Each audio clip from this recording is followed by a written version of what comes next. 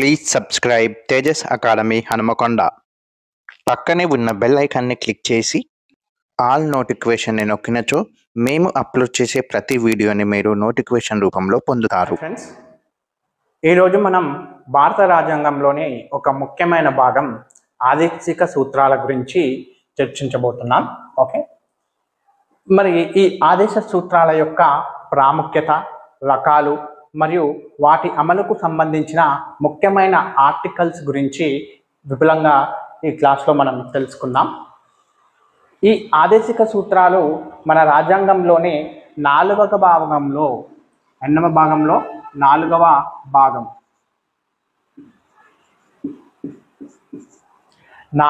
భాగంలో ఆర్టికల్స్ 36 నుంచి 51 వరకు పొందపరచడం అనేది జరిగింది. ఓకే, ఈ ఆదేశిక సూత్రాల ఆవిర్భావం అనేది మొదటగా రోమ్లో ఆవిర్భవించింది. ఈ రోమ్ నుండి ఆ తర్వాత ఏం చేశారంటే స్పెయిన్ అనేది స్వీకరించడం అనేది జరిగింది. ఈ స్పెయిన్ నుండి తర్వాత దేశం ఏంటంటే ఐర్లాండ్. ఓకే, ఈ ఐర్లాండ్ దేశం కూడా ఈ ఆదేశిక సూత్రాలను స్పెయిన్ నుండి స్వీకరించడం అనేది జరిగింది. ఆ తర్వాత ఐర్లాండ్ నుండి భారతదేశం అనేది ఈ ఆదేశిక సూత్రాలను స్వీకరించడం అనేది జరిగింది. ఈ యొక్క భారతదేశం నుండి చివరిగా ఈ ఆదేశిక సూత్రాలను చైనా కూడా స్వీకరించడం అనేది జరిగింది. ఓకే, నెక్స్ట్, ఈ ఆదేశిక సూత్రాలను అమలు చేయాలని కేంద్ర, రాష్ట్ర, స్థానిక ప్రభుత్వాలను ఈ రాజ్యాంగం ఏం చేస్తుందంటే ఆదేశించడం అనేది జరుగుతుంది. ఆదేశిక సూత్రాల అమలు ద్వారా మనకు ఏం చేయొచ్చు అంటే సంక్షేమ రాజ్యాన్ని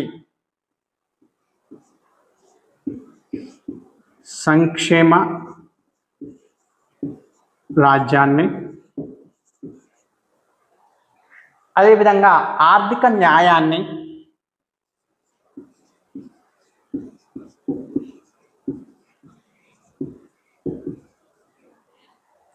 ఆర్థిక సమానత్వాన్ని కూడా సాధించవచ్చు. ఆర్థిక సమానత్వం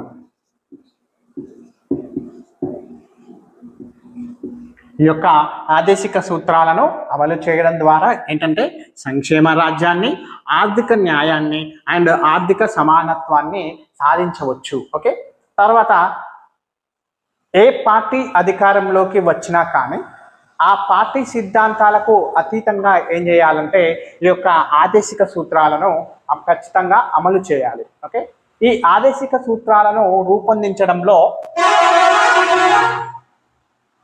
1928వ సంవత్సరంలో నెహ్రూ రిపోర్టు,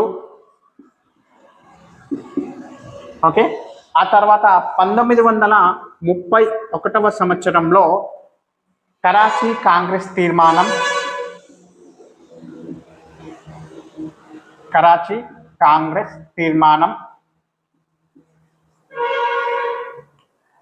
1945లో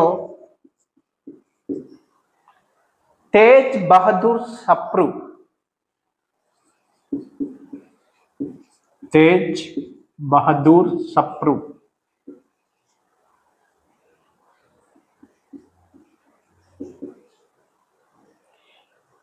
ఈ కమిటీలు ఏం చేశాయంటే బాగా ఈ ఆదేశిక సూత్రాలను అమలు కావడం కోసం తోడ్పడ్డాయి. అయితే ఎక్కువగా ఏంటంటే ఈ కరాచీ తీర్మానం ఏదైతే ఉందో ఇది బాగా కృషి చేసిందే. కాకపోతే ఏ కమిటీ రిపోర్టు ఆధారంగా ఈ ఆదేశిక సూత్రాలను చేర్చడం జరిగింది అంటే ఈ యొక్క తేజ్ బహదూర్ సప్రు కమిటీ ద్వారా ఈ ఆదేశిక సూత్రాలను మన రాజ్యాంగంలో చేర్చడం అనేది జరిగింది. ఓకే, మరి ఈ ఆదేశిక సూత్రాల యొక్క లక్షణాలు ఏంటివి అనేది మనం ఇప్పుడు తెలుసుకుందాం. ఆదేశిక సూత్రాలకు న్యాయస్థానాల ద్వారా రక్షణ అనేది ఉండదు. వీటిని అమలు చేయాలి అంటే ప్రభుత్వాలను న్యాయస్థానాలు ఆజ్ఞాపించే అవకాశం అసలే ఉండదు. అయితే ఇవి శ్రేయోరాజ్య స్థాపనకి ఈ యొక్క ఆదేశిక సూత్రాలు తోడ్పడతాయి. మరియు వీటి అమలు ద్వారా, ఈ యొక్క ఆదేశిక సూత్రాల అమలు ద్వారా ఆర్థిక ప్రజాస్వామ్యాన్ని సాధించవచ్చు. ఇవి ప్రభుత్వ విధులు బాధ్యతలను తెలుపుతాయి కాబట్టి వీటిని ఏమంటామంటే సకారాత్మకమైనవి అని అంటాం. ఓకే, ఆదేశిక సూత్రాలు ఏం చేస్తాయి? ఇవి ప్రభుత్వ విధులను మరియు వారి యొక్క బాధ్యతలను తెలుపుతాయి కాబట్టి వీటిని సకారాత్మకమైనవి అని కూడా అంటాం మనం. ఇవి కార్యకలాపాల పరిధిని విస్తృతం చేస్తాయి ఈ యొక్క ఆదేశిక సూత్రాలు. అయితే ఈ ఆదేశిక సూత్రాలలో సంబంధించిన ప్రకరణ గురించి తెలుసుకుంటే, ఇందులో ఒకటి ఆర్టికల్ 36. మనం ఇంతకుముందే చెప్పుకున్నాము, ఆర్టికల్ 36 నుంచి ఆర్టికల్ 51 వరకు ఈ యొక్క ఆదేశిక సూత్రాలు పొందపరచడం అనేది జరిగింది అని చెప్పుకున్నాం కదా. అందులో ఆర్టికల్ 36 అనేది ఏం తెలుపుతుంది అని అంటే, ఈ ఆర్టికల్ 36 అనేది రాజ్యం అంటే ఏమిటి అనేది తెలుపుతుంది. మరి రాజ్యం అంటే ఏమిటి అంటే, కేంద్ర రాష్ట్ర స్థానిక ప్రభుత్వాలు మరియు వివిధ సంస్థలను కలిపి మనం ఏమంటామంటే, కేంద్రము, రాష్ట్రము, స్థానిక ప్రభుత్వాలు మరియు వివిధ సంస్థలన్నింటినీ కలిపి మనం ఏమంటామంటే రాజ్యం అని అంటాం. ఈ రాజ్యం అనే నిర్వచనాన్ని ఈ ఆర్టికల్ 36లో పొందపరచడం అనేది జరిగింది. నెక్స్ట్ ప్రకరణ 37 లేదా ఆర్టికల్ 37. ఈ ఆర్టికల్ 37 ఏం తెలుపుతుంది అని అంటే, ఆదేశిక సూత్రాల అమలు గురించి తెలుపుతుంది. ఓకే, ఆర్టికల్ 37 అనేది ఆదేశిక సూత్రాల అమలు గురించి తెలుపుతుంది. అయితే వీటిని అమలు చేసే బాధ్యత ప్రభుత్వాలపైనే ఆధారపడి ఉంటుంది. అయితే అమలులో ఒకవేళ వైఫల్యం చెందితే న్యాయస్థానాలను ఆశ్రయించే అవకాశం మాత్రం అసలు ఉండదు. కానీ ఈ న్యాయస్థానాలు ఏం చేస్తాయని, ఎప్పుడు వీటిని పరిగణనకు తీసుకుంటామంటే, ఈ న్యాయస్థానాలు ఈ యొక్క ఆదేశిక సూత్రాల అమలు కోసం సూచనలను ఇస్తుంది, అదేవిధంగా సలహాలను మాత్రమే ఇస్తుంది. ఓకే, సూచనలను సలహాలను మాత్రమే ఇస్తుంది. కానీ ఈ ఆదేశిక సూత్రాలు ఎందుకు వైకల్యం చెందాయి, ఎందుకు అమలు కావటం లేదు అని ప్రశ్నించే హక్కు మాత్రం ఈ యొక్క సుప్రీంకోర్టు లేదా హైకోర్టు అనే న్యాయస్థానాలు ఉంటాయి కదా, వాటికి సంబంధం అనేది ఉండదు. ఓకే, మరి వీటి యొక్క అమలు అనేది వేటి మీద ఆధారపడి ఉంటుంది అంటే, ఈ ఆదేశిక సూత్రాల అమలు అనేది ఆర్థిక వనరుల లభ్యత మరియు ప్రభుత్వ అంకిత భావము, సామర్థ్యాలపై ఆధారపడి ఉంటుంది. ఓకే, నెక్స్ట్ ఈ యొక్క ఆదేశిక సూత్రాలను వాటి యొక్క స్వభావాన్ని మరియు తత్వాన్ని బట్టి, ఏంటివి స్వభావము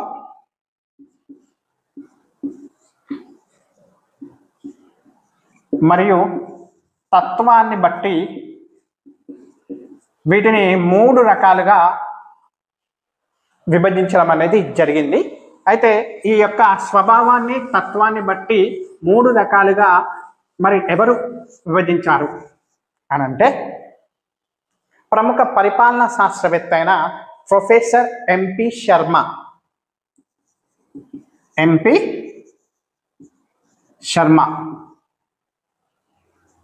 ఇతను ఏం చేశాడంటే, ఆదేశిక సూత్రాలను తత్వాన్ని బట్టి మరియు స్వభావాన్ని బట్టి 3 రకాలుగా విభజించడం అనేది జరిగింది. మరి ఆ 3 రకాలు ఏంటివి అంటే, ఒకటి సామ్యవాద ఆదేశిక సూత్రాలు, రెండవది గాంధేయ ఆదేశిక సూత్రాలు,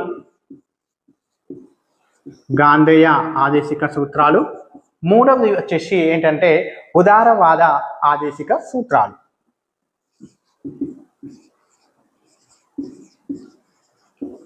ఈ విధంగా సామ్యవాద ఆదేశిక సూత్రాలు, గాంధేయ ఆదేశిక సూత్రాలు, ఉదారవాద ఆదేశిక సూత్రాలని 3 రకాలుగా తత్వాన్ని, స్వభావాన్ని బట్టి ఎంపి శర్మ విభజించడం అనేది జరిగింది. ఓకే, మరి ఈ యొక్క సామ్యవాద ఆదేశిక సూత్రాలలో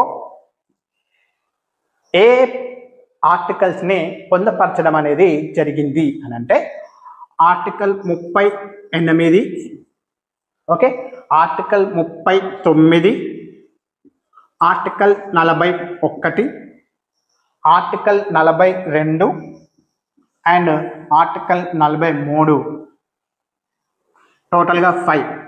ఈ 5 ఆర్టికల్స్ని సామ్యవాద ఆదేశిక సూత్రాలలో పొందపరచడం అనేది జరిగింది. ఓకే, మరి అందులో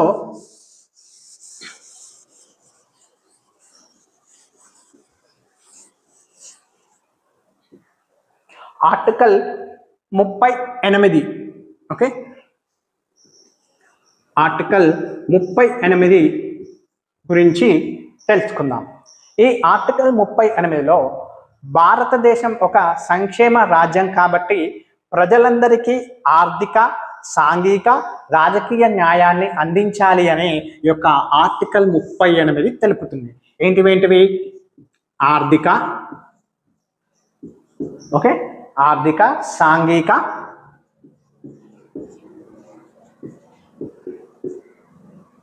నెక్స్ట్ రాజకీయ న్యాయం,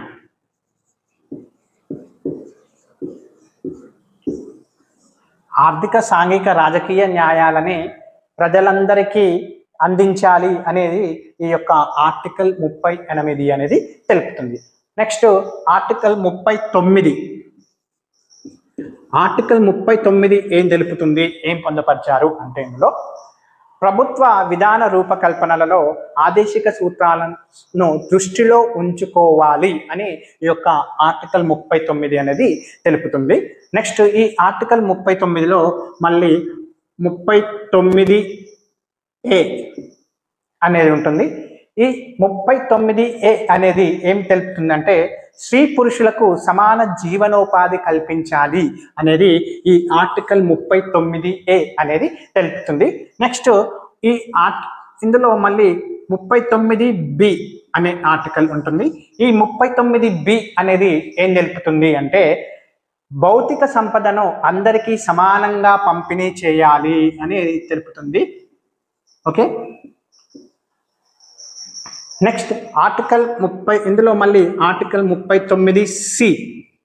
ఈ ఆర్టికల్ 39C అనేది ఏం తెలుపుతుంది అంటే సంపదను వికేంద్రీకరించాలి అని తెలుపుతుంది. సంపదను వికేంద్రీకరించాలి అనేది ఈ యొక్క ఆర్టికల్ 39C అనేది తెలుపుతుంది. మళ్ళీ ఆర్టికల్ 39D అనేది ఏం తెలుపుతుంది అని అంటే ఈ ఆర్టికల్ 39D స్త్రీ పురుషులకు సమాన జీతభత్యాలను చెల్లించాలి అని చెప్తుంది. ఓకే, స్త్రీ పురుషులకు సమానంగా వేతనం అనేది చెల్లించాలి అనేది ఈ యొక్క ఆర్టికల్ 39B అనేది తెలుపుతుంది. నెక్స్ట్ ఆర్టికల్ 39E ఇదేం తెలుపుతుంది అంటే శ్రామికులకు పనికి తగిన వేతనాన్ని చెల్లించాలి, శ్రమ దోపిడీకి గురి చేయకూడదు అని ఈ యొక్క ఆర్టికల్ 39 అనే అనేది తెలుపుతుంది. ఏంటది? శ్రమ దోపిడీకి గురి చేయరాదు. ఓకే, శ్రమ దోపిడీకి గురి చేయరాదు అనేది తెలుపుతుంది. Next article 39F. ఈ ఆర్టికల్ 39F అనేది ఏం తెలుపుతుంది అంటే బాల బాలికల అభివృద్ధికి కృషి చేయాలి అనే ఈ యొక్క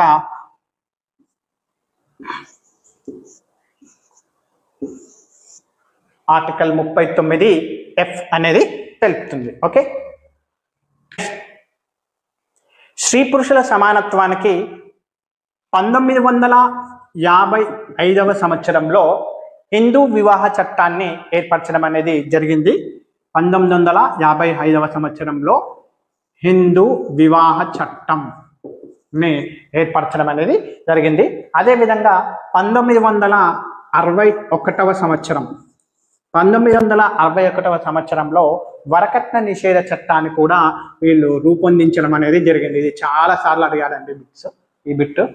వరకట్న నిషేధ చట్టం ఎప్పుడు ఏర్పడింది? 1961వ సంవత్సరం. ఓకే, నెక్స్ట్ సంపదను మనం ఇంతకుముందు చెప్పుకున్నాం. సంపద వికేంద్రీకరణ అనేది చేసుకోవాలని చెప్పుకున్నాం. అది ఎందులో సంపద వికేంద్రీకరణ ఏ ఆర్టికల్ తెలుపుతుందని చెప్పుకున్నాం? 39C. ఓకే, 39C అనే ఆర్టికల్ సంపద వికేంద్రీకరణ అని చెప్పుకున్నాం కదా.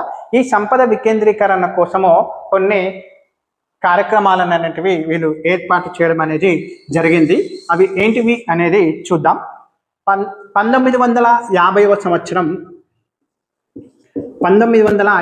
సంవత్సరంలో ప్రణాళికా సంఘాన్ని ఏర్పాటు చేయడం అనేది జరిగింది. Planning commission. ఓకే, ప్రణాళికా సంఘాన్ని 1950వ సంవత్సరంలో ఏర్పాటు చేశారు. దేనికోసం?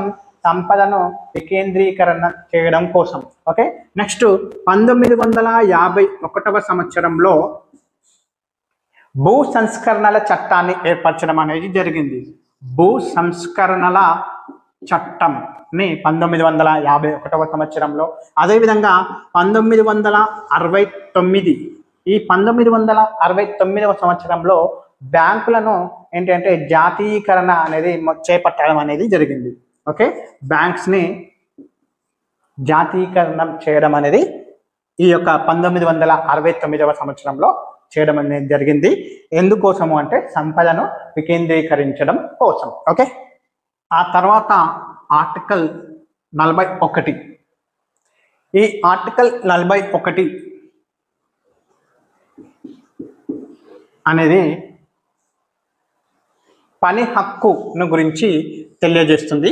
ఆర్టికల్ 41 అనేది పని హక్కును గురించి తెలియజేస్తుంది.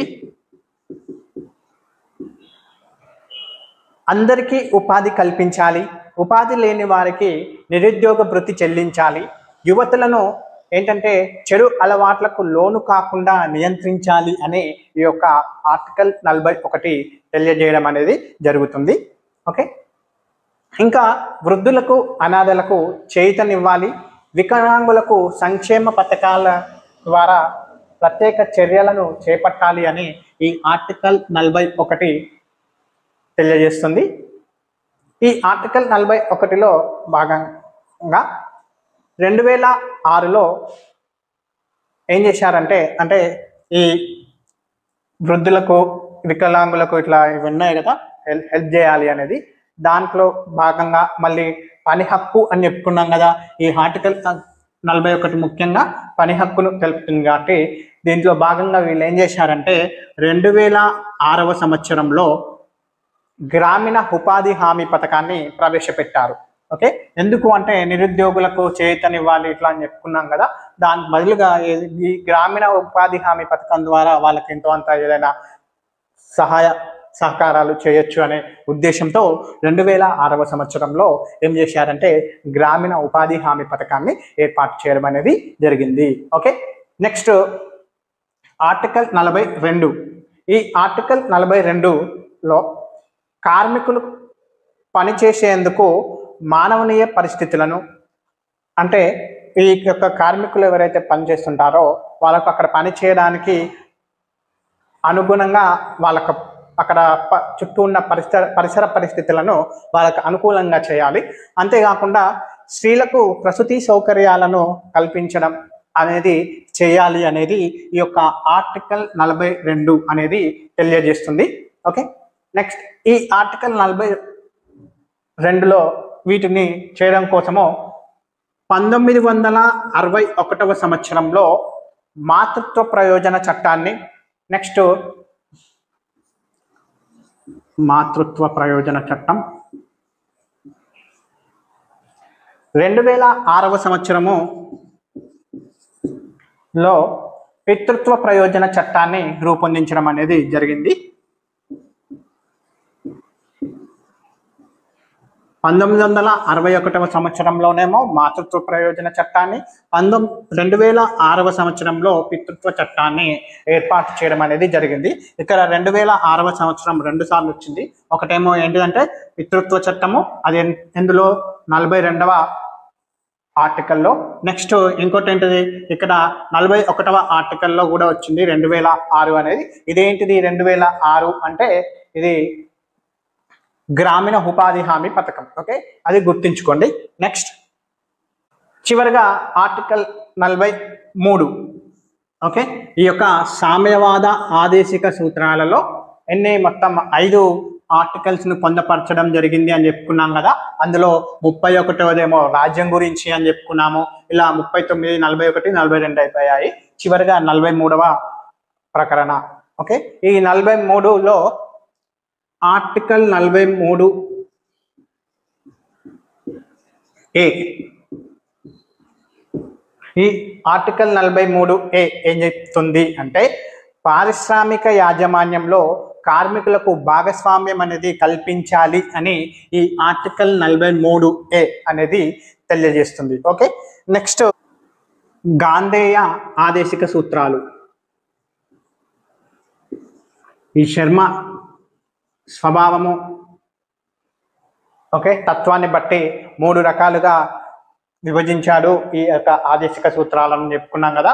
అందులో మొదటి ఆదేశిక సూత్రం ఏదైతే ఉందో అది అయిపోయింది, సామ్యవాదం. ఇప్పుడు రెండవ ఆదేశిక సూత్రం గాంధేయ ఆదేశిక సూత్రాలు. ఓకే, గాంధేయ ఆదేశిక సూత్రాలు. ఈ గాంధేయ ఆదేశిక సూత్రాలలో ఏ ఆర్టికల్స్ ని పొందపరచడం జరిగింది అంటే article 40, okay, article 40, article 43, next article 43B, అదేవిధంగా ఆర్టికల్ 46, 47, 48,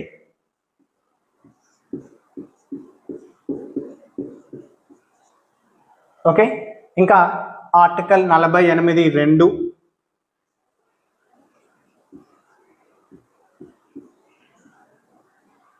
అదేవిధంగా ఆర్టికల్ 49. ఓకే, 8. ఇవి ఈ యొక్క గాంధేయ సూత్రాలలో వీటిని పొందపరచడం అనేది జరిగింది. అందులో మొదటిది ఆర్టికల్ 40 గురించి తెలుసుకుందాం. ఆర్టికల్ 40, ఈ ఆర్టికల్ 40లో ఏంటంటే రామరాజ్య ఏర్పాటుకు గ్రామ స్వరాజ్యానికి స్థానిక ప్రభుత్వాలను స్థాపించాలి అని ఈ యొక్క ఆర్టికల్ 40 అనేది తెలుపుతుంది. ఓకే, స్థానిక ప్రభుత్వాలను స్థాపించాలి అనేది తెలుపుతుంది ఆర్టికల్ 40. నెక్స్ట్ ఈ యొక్క 1952వ సంవత్సరం అక్టోబర్ 2వ తారీఖున సమాజ అభివృద్ధి పథకాన్ని ఏర్పాటు చేయడం అనేది జరిగింది. సమాజ అభివృద్ధి పథకం. ఓకే, 1952వ సంవత్సరం అక్టోబర్ 2వ తేదీ. నెక్స్ట్ అంతేకాకుండా 1953వ సంవత్సరంలో అక్టోబర్ 2వ తేదీనే ఏం చేశారంటే జాతీయ విస్తరణ పథకాన్ని కూడా ఏర్పాటు చేయడం అనేది జరిగింది. జాతీయ విస్తరణ.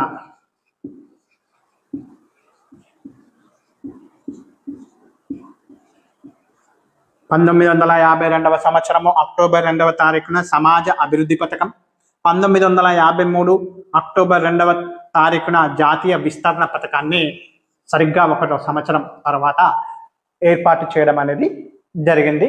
ఓకే, తర్వాత బల్వంత్ రాయ్ మెహతా కమిటీ సిఫారసు మేరకు స్థానిక ప్రభుత్వాలను ఏర్పాటు చేయడం అనేది జరిగింది. ఆర్టికల్ 40 ప్రకారంగా మనం ఏం చేస్తామని చెప్పుకున్నాం, స్థానిక ప్రభుత్వాలను ఏర్పాటు చేయాలి అని చెప్పుకున్నాం కదా. ఈ యొక్క స్థానిక ప్రభుత్వాలను ఏంటంటే ఏ కమిటీ సిఫారసు మేరకు ఏర్పాటు చేశారు అంటే బల్వంత్ రాయ్ మెహతా.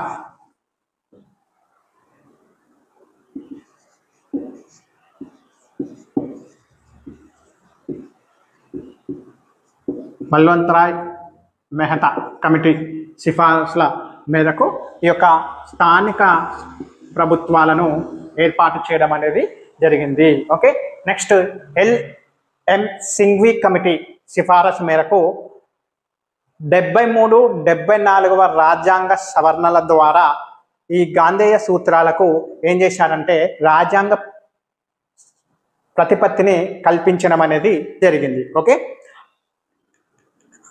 సింఘ్వి కమిటీ ఈ స్వింగ్వి కమిటీ ద్వారా ఏం చేశారు అంటే ఏ రాజ్యాంగ సవరణల ద్వారా 73వ రాజ్యాంగ సవరణ మరియు 74వ రాజ్యాంగ సవరణల ద్వారా ఈ యొక్క గాంధేయ సూత్రాలు ఏవైతే ఉన్నాయో ఈ యొక్క గాంధేయ సూత్రాలను ఏంటంటే రాజ్యాంగ ప్రతిపత్తిని కల్పించడం అనేది జరిగింది. Next article 43. ఈ ఆర్టికల్ 43 ఏం తెలుపుతుంది అంటే గ్రామీణ ప్రాంతాలలో కుటీర పరిశ్రమలను అభివృద్ధి చేయాలి అని గ్రామీణ ప్రాంతాలలో కుటీర పరిశ్రమలు కుటీర పరిశ్రమలను అభివృద్ధి చేయాలని ఈ ఆర్టికల్ 43 తెలియజేస్తుంది. వీటి అభివృద్ధికి ఏం చేశారంటే అఖిల భారత హ్యాండ్లూమ్స్ బోర్డ్ అఖిల భారత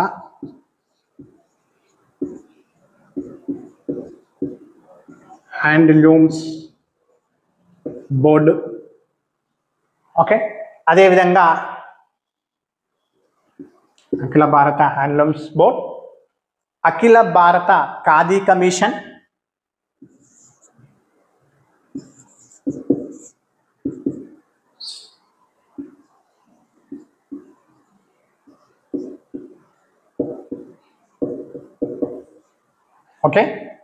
అండ్ అఖిల భారత silk board.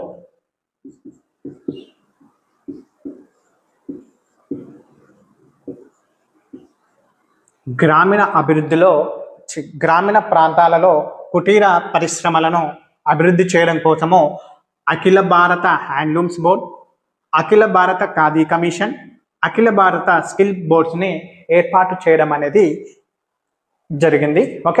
Next article 43B. ఈ ఆర్టికల్ 43Bలో సహకార సంఘాలకు రాజ్యాంగ హోదా కల్పించాలి అని ఈ ఆర్టికల్ 43B అనేది తెలియజేస్తుంది. దీన్ని 2011లో 97వ రాజ్యాంగ సవరణ ద్వారా చేర్చి 12 జనవరి 2012న అమల్లోకి తీసుకోవడం అనేది జరిగింది. అంటే ఈ యొక్క ఆర్టికల్ 43B ఏం చేసిందంటే సహకార సంఘాలకు రాజ్యాంగ హోదా కల్పించాలని చెప్పడం జరిగింది. దీనికోసం ఏం చేశారంటే 2011 సంవత్సరంలో 97వ రాజ్యాంగ సవరణ ద్వారా చేర్చి 12వ తారీఖు జనవరి 2012వ సంవత్సరంలో ఏంటంటే అమల్లోకి తీసుకురావడం అనేది జరిగింది. నెక్స్ట్ ఈ యొక్క ఆర్టికల్ 46. ఈ ఆర్టికల్ 46లో ఏ అంశాలను పొందుపరచడం జరిగింది అంటే బీసీ, ఎస్సీ, ఎస్టీ ఈ యొక్క బీసీ, ఎస్సీ, ఎస్టీ అభివృద్ధికి ప్రత్యేక చర్యలు చేపట్టాలి అని, వీరి కోసం ఉద్యోగాలు, చట్టసభల్లో రిజర్వేషన్లు కల్పించాలి అని ఈ యొక్క ఆర్టికల్ 46లో పొందుపరచడం అనేది జరిగింది. Next article 47. ఆర్టికల్ 47.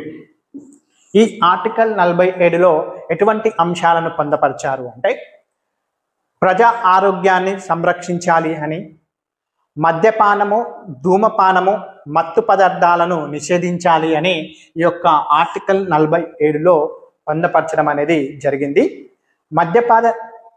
మద్యపాన నిషేధాన్ని గుజరాత్ రాష్ట్రము మరియు బీహార్ రాష్ట్రాలు పూర్తిగా అమలు చేస్తున్నాయి. ఏంటివి అంటే ఒకటి గుజరాత్ రాష్ట్రము,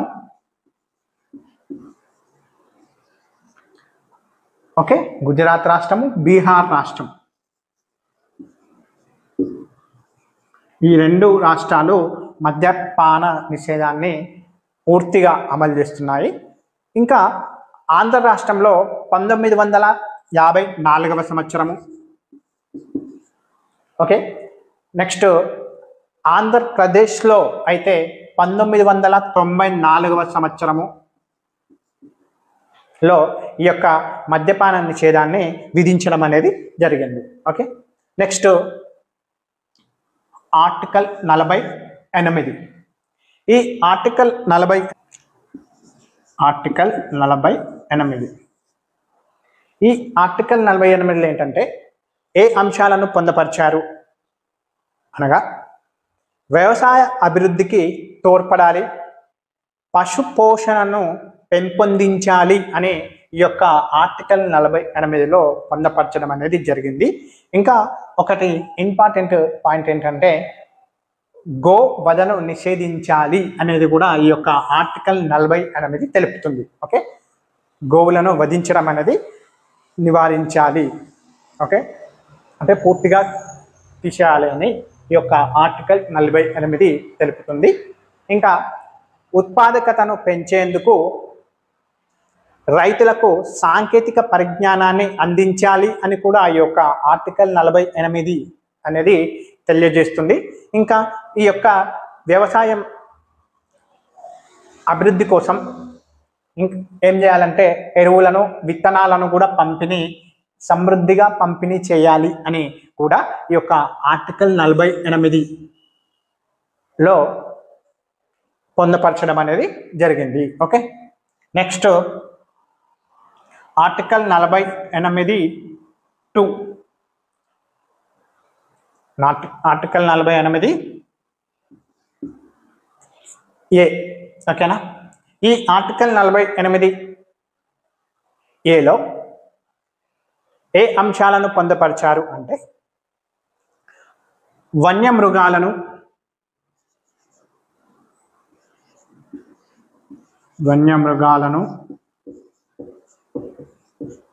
ఓకే, ఇంకా అడవులను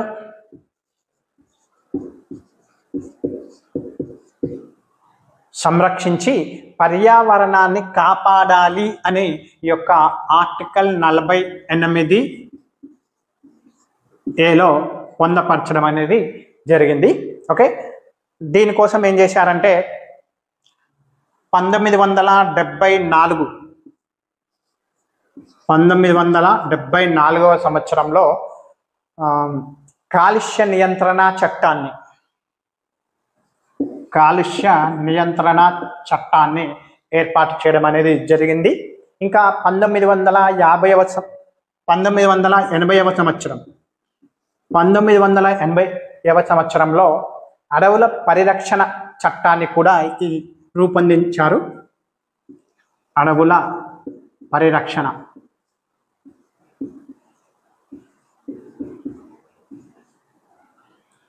ఓకే, నెక్స్ట్ ఈ యొక్క గాంధేయ ఆదేశిక సూత్రాలలో చివరి ఆర్టికల్ 49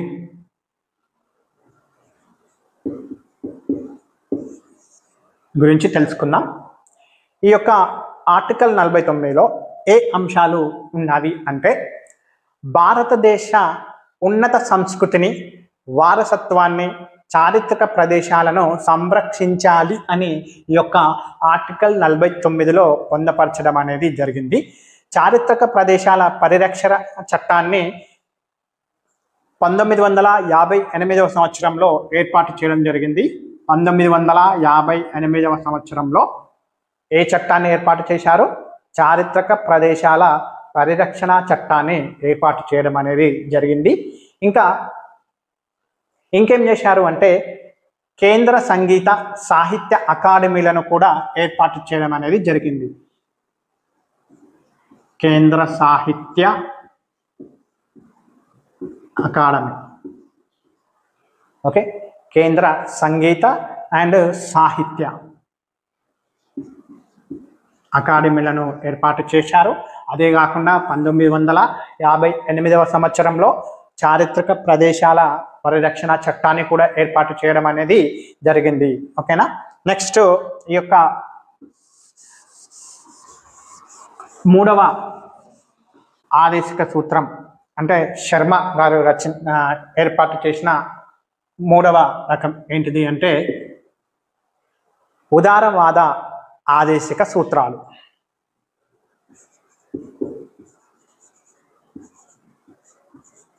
ఉదారవాద ఆదేశిక సూత్రాలు. మరి ఈ ఉదారవాద ఆదేశిక సూత్రాలలో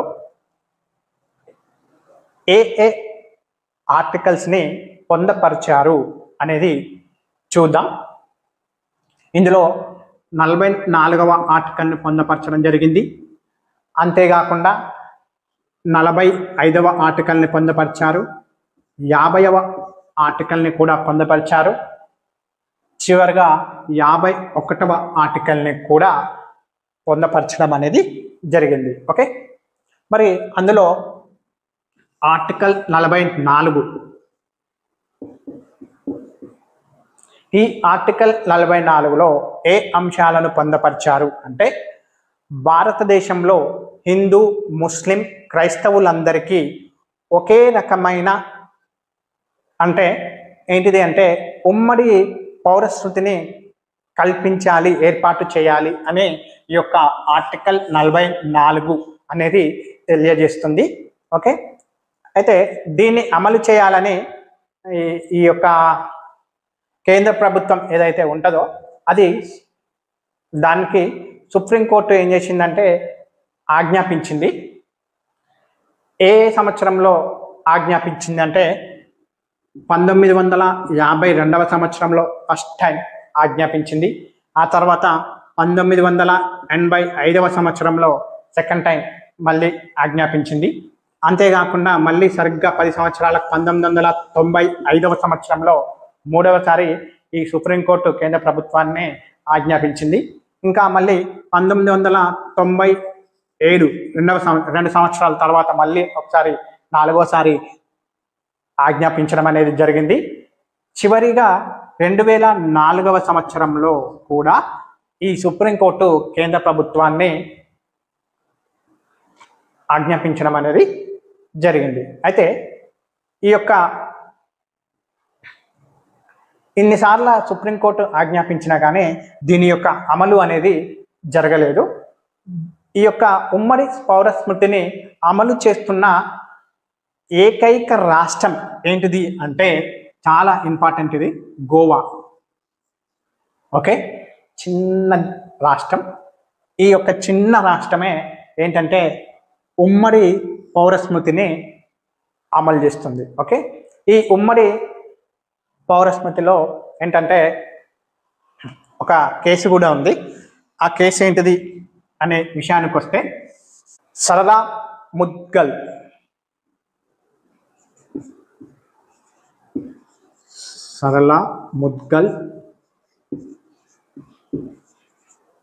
versus union of India.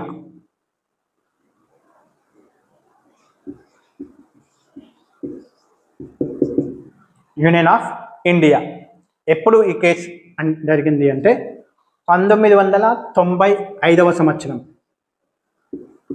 Okay, 1995వ సంవత్సరంలో ఉమ్మడి పౌరస్మృతి అమలుకు తీసుకున్న చర్యలకు సంబంధించి అఫిడవిట్ దాఖలు చేయాలని ప్రభుత్వాన్ని సుప్రీంకోర్టు ఆజ్ఞాపించడం అనేది జరిగింది. Okay, next article 45. ఈ ఆర్టికల్ 45లో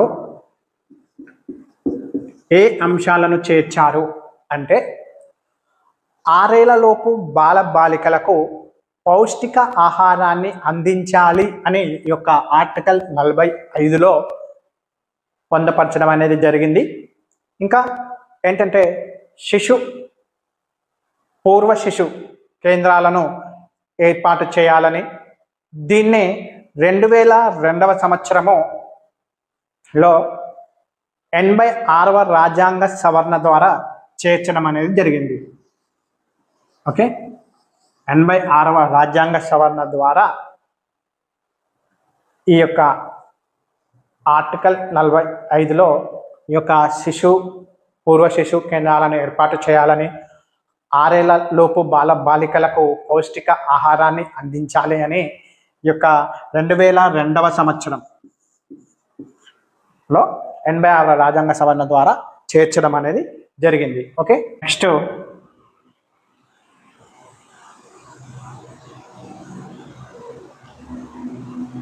50వ ఆర్టికల్. ఈ 50వ ఆర్టికల్లో ఏ అంశాలను పొందుపరిచారు అంటే ఆర్టికల్ 50 న్యాయశాఖ ప్రతిపత్తిని కాపాడేందుకు గాను కార్యనిర్వాహక శాఖ నుంచి న్యాయశాఖను వేరు చేయాలి అని ఈ యొక్క ఆర్టికల్ 50లో పొందపరచడం అనేది జరిగింది. ఓకే, ఇక చివరిగా ఆర్టికల్ 51 గురించి, అంటే అందులో ఏ అంశాలను పొందుపరిచారు అనేది చూద్దాం. ఈ ఆర్టికల్ 51లో అంతర్జాతీయ శాంతి సంరక్షణకు కృషి చేయాలి అనేది ఈ ఆర్టికల్ 51లో పొందపరిచారు. ఇంకా ఇందులో ఆర్టికల్ 51A అనేది కూడా ఉంటుంది. ఈ ఆర్టికల్ 51A అనేది అంతర్జాతీయ శాంతి భద్రతలను పెంపొందించాలి అని తెలియచేస్తుంది. నెక్స్ట్ ఆర్టికల్ 51B అనేది ఇతర దేశాలతో గౌరవప్రదమైన సత్సంబంధాలను కొనసాగించాలి అని ఈ ఆర్టికల్ 51B అనేది తెలియజేస్తుంది. ఇంకా ఇందులోనే ఆర్టికల్ 51C ఉంటుంది. ఈ ఆర్టికల్ 51C అనేది ఏం తెలియజేస్తుంది అంటే అంతర్జాతీయ న్యాయ సూత్రాలను, అంతర్జాతీయ ఒప్పందాలను గౌరవించేలా చూడాలి అని యొక్క ఆర్టికల్ 51C అనేది తెలియజేస్తుంది. Next article 51D. ఈ ఆర్టికల్ 51D అనేది అంతర్జాతీయ వివాదాలను మధ్యవర్తిత్వం ద్వారా పరిష్కరించేందుకు కృషి చేయాలి, అదేవిధంగా ప్రపంచ శాంతి స్థాపనకు కూడా కృషి చేయాలి అని ఈ యొక్క 51D అనేది తెలియజేస్తుంది. ఈ యొక్క ప్రపంచ శాంతి స్థాపన కృషి కోసం 30వ తారీఖు ఆగస్ట్ 1945లో ఐక్యరాజ్య సమితిలో ఈ మన దేశం 52వ సభ్య దేశంగా, ఐక్యరాజ్య సమితిలో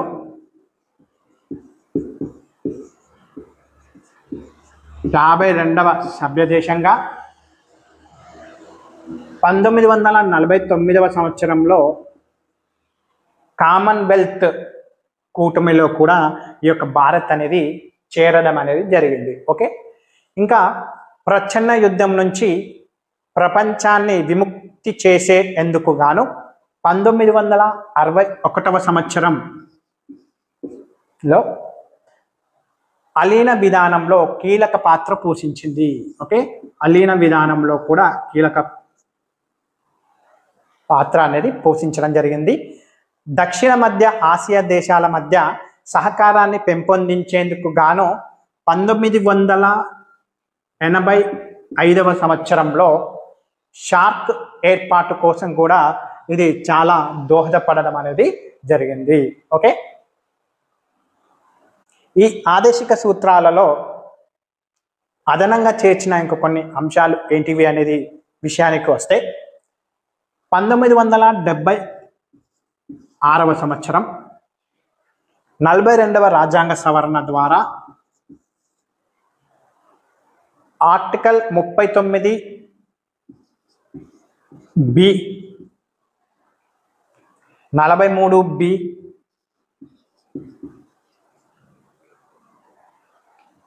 ఓకే, 48 లను చేర్చడం అనేది జరిగింది. 2002 సంవత్సరం 86వ రాజ్యాంగ సవరణ ద్వారా ఉచిత నిర్బంధ విద్యను తొలగించి ఏ సంవత్సరం 2002వ సంవత్సరం ఎన్నవ రాజ్యాంగ సవరణ? 86వ రాజ్యాంగ సవరణ. 86వ రాజ్యాంగ సవరణ ద్వారా ఏం చేశారు అంటే ఉచిత నిర్బంధ విద్యను తొలగించారు. నిర్బంధ విద్యను తొలగించి ఆర్టికల్ 45లో 6 బాలబాలికలకు పౌష్టికాహారాన్ని అందించాలి అనే అంశాన్ని అడిషనల్గా చేర్చడం అనేది జరిగింది. ఓకే, ఇంకా 2011వ సంవత్సరం 97వ రాజ్యాంగ సవరణ 97వ రాజ్యాంగ సవరణ ద్వారా 43B ఆర్టికల్ 43Bని చేర్చి సహకార సంఘాలకు రాజ్యాంగ హోదా కల్పించాలి అని పొందపరిచారు. ఓకే, నెక్స్ట్ రాజ్యాంగం మనం ఇంతకుముందే చెప్పుకున్నాము. ఈ యొక్క రాజ్యాంగంలో ఆదేశిక సూత్రాలు 4వ భాగంలో, ఓకే, ఎన్నవ భాగం అని చెప్తున్నాం? 4వ భాగంలో చేర్చడం అనేది జరిగింది. అందులో ప్రకరణలు 36 నుండి 51 వరకు ఉంటాయి అనేది చెప్పుకున్నాం కదా. అయితే ఈ 4వ భాగమనే కాకుండా ఇంకా కొన్ని వేరే ఇతర భాగాలలో కూడా ఈ యొక్క ఆదేశిక సూత్రాలను చేర్చడం అనేది జరిగింది. అవి ఏంటివి అనే విషయానికి వస్తే,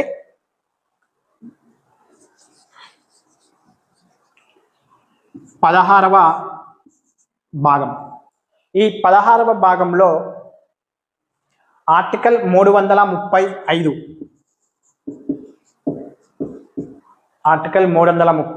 ప్రకారం ప్రభుత్వ ఉద్యోగాలలో ఎస్సీ ఎస్టీలకు సముచిత స్థానం కల్పించాలి అని తెలియజేయడం అనేది జరిగింది. ఓకే, నెక్స్ట్ 17వ భాగం. ఈ 17వ భాగంలో ఆర్టికల్ 350A ప్రకారం మాతృభాషలోనే ప్రాథమిక విద్యను అందించాలి అని తెలియజేయడం అనేది జరిగింది. ఓకే, 17వ భాగంలో ఆర్టికల్ 350A ప్రకారం మాతృభాషలో మాత్రమే ప్రైమరీ ఎడ్యుకేషన్ని అందించాలి అని తెలియజేయడం అనేది జరిగింది. అంతేకాకుండా ఈ 17వ భాగంలో ఆర్టికల్ 351 ప్రకారం హిందీని జాతీయ భాషగా గుర్తించి అమలు చేయాలి అనేది కూడా తెలియజేయడం అనేది జరిగింది. ఓకే, ఇక ఇంకొక అతి ముఖ్యమైన ఒక విషయాన్ని మనం బాగా గుర్తుంచుకోవాలి. ఏంటిది అది అంటే, ఈ యొక్క ఆదేశిక సూత్రాలు ఉన్నాయి కదా, ఈ ఆదేశిక సూత్రాలు అనేటివి జమ్మూ కాశ్మీర్కి వర్తించవు. అది బాగా గుర్తుపెట్టుకోవాలి. ఓకే, నెక్స్ట్ ఈ ఆదేశిక సూత్రాల మీద ఒక్కొక్క వ్యక్తి లేదా ఒక్కొక్క ప్రముఖుడు ఒక్కొక్క వాక్యాన్ని, ఒక సెంటెన్స్ని ఇష్యూ చేయడం అనేది జరిగింది. అవి ఏంటివి అనేది మనం ఇప్పుడు తెలుసుకుందాం. ఓకే, మొదటగా ఎంపీ చాగ్లా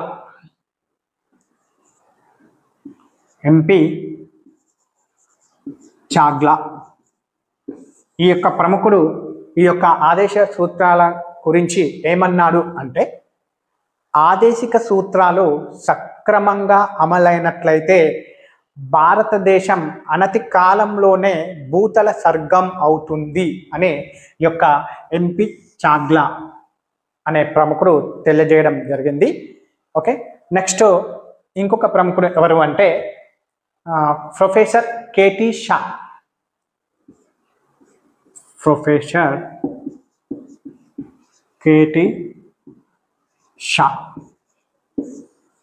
ఈ ప్రముఖుడు యొక్క ఆదేశిక సూత్రాల గురించి ఏమని వ్యాఖ్యానించాడు అంటే, ఆదేశిక సూత్రాలు ఒక బ్యాంకు తనకు అనుగుణంగా చెల్లించే చెక్కు వంటిది అని ఈ యొక్క ప్రొఫెసర్ కేటీ షా అని వ్యాఖ్యానించడం జరిగింది. ఇంకొక ప్రముఖుడు ఎవరు అంటే పిబి గజేంద్ర గడ్కర్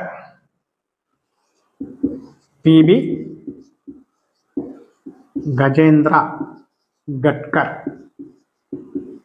ఈ ప్రముఖుడు ఏమన్నాడు అంటే ఆదేశ సూత్రాల గురించి, అజ్ఞానం దౌర్జన్యాల నుంచి భారత ప్రజల్ని విముక్తి చేయడమే ఆదేశ సూత్రాల యొక్క అంతిమ లక్ష్యం అని ఈ యొక్క పిబి గజేంద్ర గట్కర్ అనే ప్రముఖుడు వ్యాఖ్యానించడం అనేది జరిగింది. ఓకే, నెక్స్ట్ ఇంకా టిబి కృష్ణమాచారి.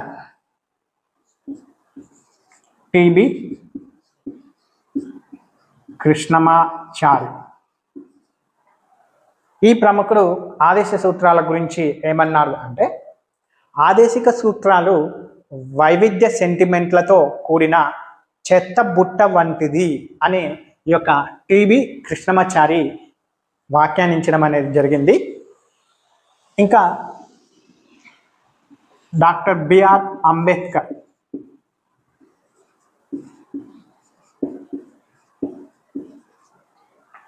ఇతను ఏమని ఆదేశిక సూత్రాల గురించి వ్యాఖ్యానించాడు అంటే, ఆదేశిక సూత్రాలు ఆర్థిక ప్రజాస్వామ్యానికి మంచి మార్గం వంటిది అని ఈ యొక్క డాక్టర్ బిఆర్ అంబేద్కర్ గారు వ్యాఖ్యానించడం అనేది జరిగింది. ఇంకా నసీరుద్దీన్ షా. నసీరుద్దీన్ షా.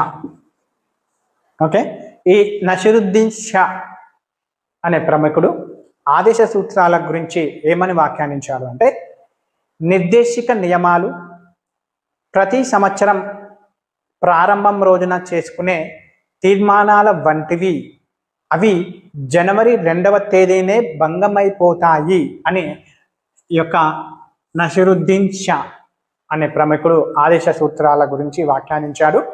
ఇంకా చివరిగా చూసుకుంటే బిఎన్ రావ్. బిఎన్ రావ్. ఈ బిఎన్ రావ్ ఆదేశ సూత్రాల గురించి ఏమని వ్యాఖ్యానించాడు అంటే, నిర్దేశిక నియమాలు, నైతిక ప్రవచనాలు, అధికారులు, ప్రభుత్వం ఈ యొక్క ఆదేశ సూత్రాలను గౌరవించాలి అని బిఎన్ రావ్ వ్యాఖ్యానించడం అనేది జరిగింది. ఓకే, ఈ క్లాస్ కనుక మీకు నచ్చినట్లయితే లైక్ చేయండి, సబ్స్క్రైబ్ చేయండి, అంతేకాకుండా మీ ఫ్రెండ్స్కి షేర్ చేయండి.